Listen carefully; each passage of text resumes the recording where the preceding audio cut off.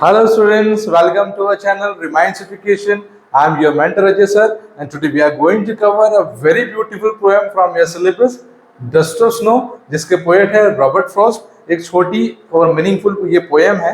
इस पोएम को समझने से पहले हम सबसे पहले देखेंगे इस पोएम की थीम। आप सबके साथ एक बात शेयर करना चाहूंगा कि इस पोएम की बात ही नहीं है, इसके अलावा जो भी टॉपिक आप पढ़ते हैं या जो भी टॉपिक आप स्टडी करते हैं, तो आप कोशिश करिएगा कि उसकी थीम समझ लें।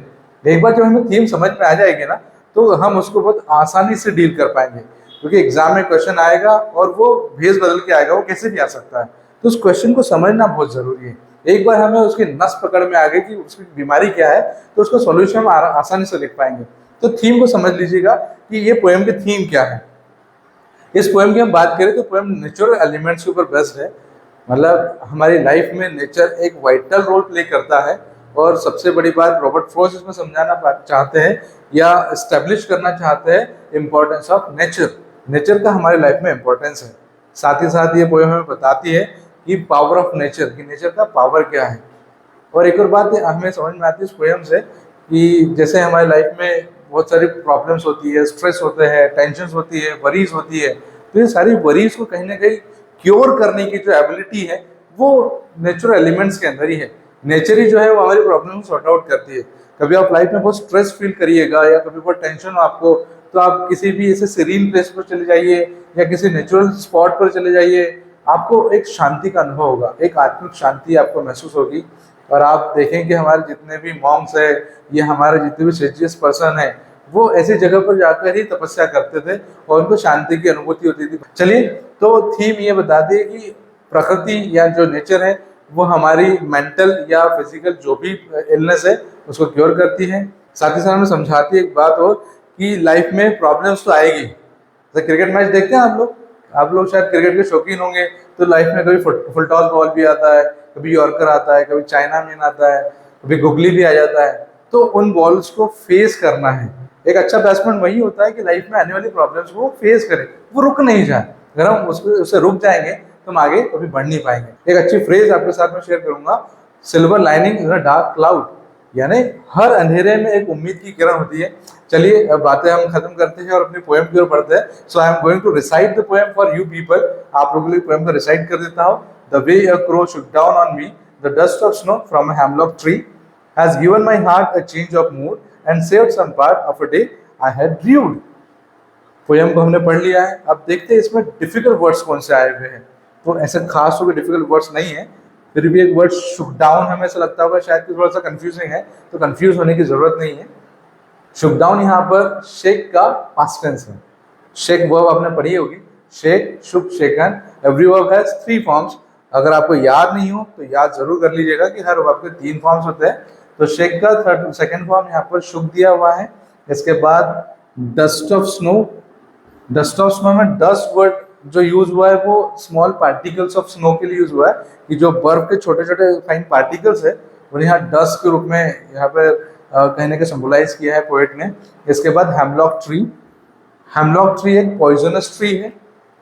इसके अलावा एक लास्ट वर्ड बचता है र्यूड। र्यूड मतलब होता है हेल इन रिग्रेट, मतलब पछतावे में बने रहना।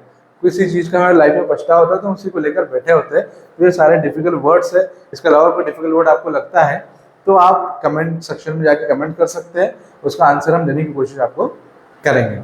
चलिए, अब पोएम को समझने के लिए सबसे पहले हम देखते हैं कि ये जो पोएम है सिंबॉलिक पोएम है। This poem is a symbolic poem. इसमें सिंबल्स यूज हुए। सबसे पहला जो सिंबल है उसकी हम अगर बात करें तो क्रो इसके अंदर सिंबल है। क्रो, जैसे मैंने लास्ट स्टार्टिंग में आपको बताया था कि निगेटिविटी, तो इसमें जो एलिमेंट्स यूज हुए हैं वो भी निगेटिव है। क्रो एक नेगेटिव एलिमेंट है, और क्रो को देख के मुझे नहीं लगता कि हमें बहुत खुशी होती होगी, या क्रो को एज अ पेट बर्ड हमारे घर पर हम रखते होंगे। ठीक है, तो क्रो एक नेगेटिव एलिमेंट है। साथ ही साथ हेमलॉक ट्री, हेमलॉक ट्री भी जो है वो एक नेगेटिव एलिमेंट है। मैंने आपको पहले ही बता दिया है कि हेमलॉक ट्री एक पॉइजनस ट्री है, और इसी के लिए यहाँ इसे यूज किया गया है। इसके अलावा थर्ड जो एलिमेंट हमको दिखता है इसमें dust of snow. Dust of snow भी एक सिंबल है। ये सिंबल है लाइफ में आने वाले छोटे मोटे इंसिडेंट्स का, छोटे मोटे इवेंट्स का। अभी ऐसा होता है कि हम ह्यूमन बींग्स है, हमारे मूड जो है ना वो स्विंग होता है, वो पता नहीं किस बात से हमारा मूड स्विंग हो जाए उस मूड को अच्छा करने के लिए, उसको हील करने के लिए छोटे मोटे इवेंट्स होते ही रहते हैं। तो हमारी लाइफ में ऐसे छोटे मोटे इवेंट्स और इंसिडेंट्स होते रहते हैं जो हमें पॉजिटिव करते हैं, और इन इवेंट्स को लेकर हम बहुत खुश होते हैं। बर्थडे पार्टीज होती है या फंक्शंस होते हैं, ये छोटी छोटी चीजें हमें खुशी देती है। या हमारे पेरेंट्स हमारे लिए कोई गिफ्ट लेके आ जाते हैं तो हम हैप्पी हो जाते हैं। तो ये हैप्पीनेस लाने वाली जो चीजें है वो डस्ट और स्नो है, उसका सिंबल है। तो मैंने सिंबल भी आपको बता दिया, सिंबल को ध्यान आप रखिएगा। तो सबसे खास बात हम देखते हैं पोएम में कि पोएम निगेटिविटी से पॉजिटिविटी की हो जाती है। जो फर्स्ट जो 4 लाइन्स है, पहला स्टेंजा है, वो हमें बताता है निगेटिविटी। अगर हम पोएम को टू द लेटर समझने की कोशिश करें या वर्ड बाय वर्ड इसका मीनिंग हम समझे, A crow shook down on me the dust of snow from a hemlock tree. तो poet Robert Frost hemlock tree के नीचे बैठा, he sitting under a hemlock tree and a crow came over there and shook up some dust particles on the poet. कि कौवा आता है और कुछ dust particles जो है वो पोएट के ऊपर गिराता है। इसके बाद क्या होता है?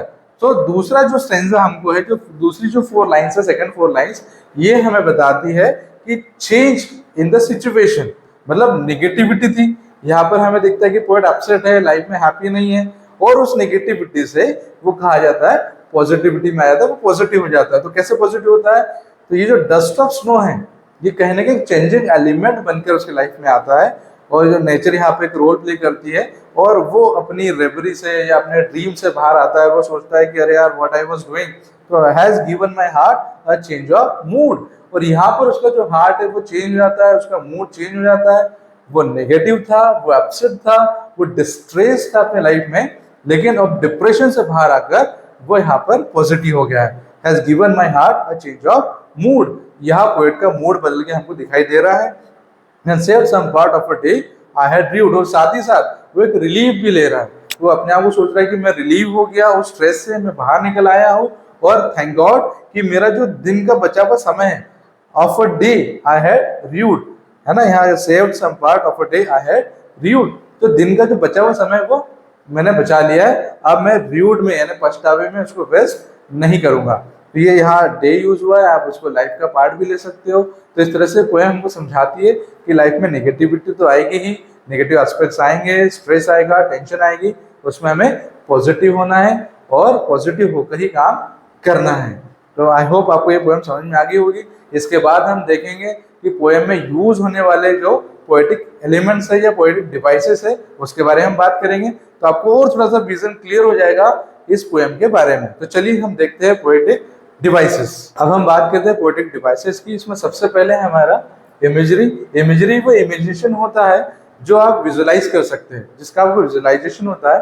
तो ये जो फर्स्ट 2 लाइन्स है, the way a crow Shuk down on me, ये फर्स्ट 2 लाइन्स कहीं ना कहीं हमें इमेजरी को हाईलाइट कर रही है कि आपको भी इमेजिनेशन हो रहा है कि हाँ, कोई कौवा जो आकर बैठा है और वो डस्ट ऑफ स्नो को वो गिरा रहा है। तो you are imagining this thing, यह इमेजरी है। इसके बाद है एसोनेंस। एसोनेंस होता है कि जब कोई वोवल साउंड होता है वो रिपीटेडली यूज होता है वर्ड्स के अंदर एक राइम को बनाने के लिए, रिदम को बनाने के लिए। जैसे हम इसमें देखेंगे शुक डाउन ऑन मी, यहाँ पर एसोनेंस जो है वो यूज हुआ है। इसके बाद एंजापमेंट। एंजापमेंट वो होता है कि किसी भी पोएम के अंदर पंक्चुएशंस का इस्तेमाल नहीं किया जाता है, देयर नो पंक्चुएशन यूज। अगर हम पोएम को देखेंगे, पूरी पोएम में कहीं भी पंक्चुएशन मार्क यूज नहीं हुआ है, जो पोएम के फ्लो को बनाए रखने के लिए यूज किया जाता है। तो यहाँ पर एंजापमेंट भी है। अगली बात सिंबोलिज्म। मैं आपको पहले ही बता चुका हूँ कि ये पोएम सिंबॉलिक पोएम है। इसमें क्रो, डस्ट ऑफ स्नो और हेमलॉक ट्री, ये तीनों की तीनों जो है वो सिंबल्स है। ये पोएम सिंबॉलिक पोएम है। उसका मेटाफर और सिमिली के बारे में डिस्कशन मैंने अपने जो पोएटिक डिवाइसेस का पूरा एक वीडियो बनाया हुआ है उसमें किया है, उसको आप देखिएगा। तो इसमें हम देखते हैं मेटाफोर। जो मेटाफोर यहाँ पर डस्ट ऑफ स्नो में दिखाई देता है कि डस्ट को यहाँ पर कंपेयर किया गया है fine particles of snow, snow के पार्टिकल से यहाँ पर उसको कंपेयर किया है। तो डस्ट ऑफ स्नो में हमें मेटाफोर नजर आता है। सेनेक्टॉक। सेनेक्टॉक वो चीज होती है कि जो पूरा होल थिंग है उसको रिफर करने के लिए छोटे से पार्ट को हम मेंशन करते हैं, तो दैट इज कॉल्ड सेनेक्टॉक। जहाँ पर माई हार्ट और चेंज ऑफ मूड। अब जो चेंज ऑफ मूड है, यहाँ पर पोएट का मूड ही नहीं, पूरा सिनेरियो ही चेंज हो गया। तो यहाँ पर बात पूरे सिनेरियो की कि the whole scenario has change because of that thing. इसलिए चेंज ऑफ मूड के अंदर हमें क्या दिखाई देता है? सेनेक्टॉक। इसके बाद है राइमिंग स्कीम। राइमिंग स्कीम की बात करेंगे तो बहुत समझना आसान है। जब भी कभी कोई राइमिंग स्कीम आपको समझनी हो तो आप राइम्स मिलाना देखिएगा कि राइम्स मिलती नहीं है मिलती है। जैसे लास्ट वर्ड होता है ना पोएम का, वो हमें राइम्स को समझने में आसानी करता है। जैसे क्रो और मी, तो क्रो और मी का राइम यहाँ नहीं बन रहा है, तो इसको हम नाम दे देते हैं ए और उसको नाम देते हैं बी। लेकिन क्रो और स्नो राइम मैच कर रहा है यहाँ पर, तो हम इसे वापस से ए नाम दे देंगे, ए बी ए। और ट्री, मी ट्री, यहाँ पर राइम जो है वो मैच कर रहा है। तो फर्स्ट जो स्टेंजा है उसका राइम क्या बनता है, A B A B. Heart, तो हार्ट जो है वो ना ए से यानी क्रो से या स्नो से मैच नहीं कर रहा है और मी और ट्री से मैच नहीं कर रहा है, तो उसको फिर हमें सी नाम देना पड़ेगा। मान लो यहाँ कोई ऐसा वर्ड होता क्रो स्नो ग्लो जो से मैच करता होगा तो उसको वापस ए नाम देते हैं, पर यहाँ पर वो मैच नहीं कर रहा है इसलिए इसमें सी नाम दिया। उसके बाद मूड, अब मूड जो है वो किसी से भी मैच नहीं कर रहा है तो उसको हमें फिर डी नाम देना पड़ेगा। तो क्या हो जाएगा, ए बी सी डी। अब हार्ट एंड पार्ट ये सिमिलर है, ये एक दूसरे मैच कर रहे हैं, तो इसे सी नाम दे देंगे। और रूड, मूड रूड, ये मैच कर रहा है तो इसे हम नाम डी दे देंगे। तो हमारी राइमिंग स्कीम हमारे सामने आ चुकी है, A B C D C D. तो इस पोएम की राइमिंग स्कीम है ए बी और C D. So I hope rhyming scheme आपको क्लियर होगी। इसके साथ एक और पोएटिक डिवाइस यहाँ पर यूज हुआ है जिसका नाम है एलिट्रेशन। जब कॉन्सोनेंट साउंड रिपीट होता है वहां पर एलिट्रेशन होता है। तो यहाँ पर हैज और हार्ड, यहाँ पर एच साउंड रिपीट हुआ है इसलिए यहाँ पर आपको एलिट्रेशन देखने को मिलेगा। Next time for moral of the poem. वैसे तो मॉरल ऑफ द स्टोरी होता है। रिमाइंस एजुकेशन जो हमेशा वो बिलीव करता है कि एजुकेशन जो होता है वो टू वे होना चाहिए। ब्रेड ओरिएंटेड एजुकेशन के साथ साथ लाइफ लर्निंग एजुकेशन भी जरूरी है। इस पोएम से एजुकेशन हमने लिया है वो इस प्रकार से है कि नेचर जो होता है वो हमेशा हीलिंग होता है, चाहे वो प्रकृति का नेचर हो या ह्यूमन बींग्स का नेचर हो, वो हमेशा हीलिंग ही होता है। लाइफ में डिप्रेशन, टेंशन, वरीज, प्रॉब्लम्स आएंगे ही।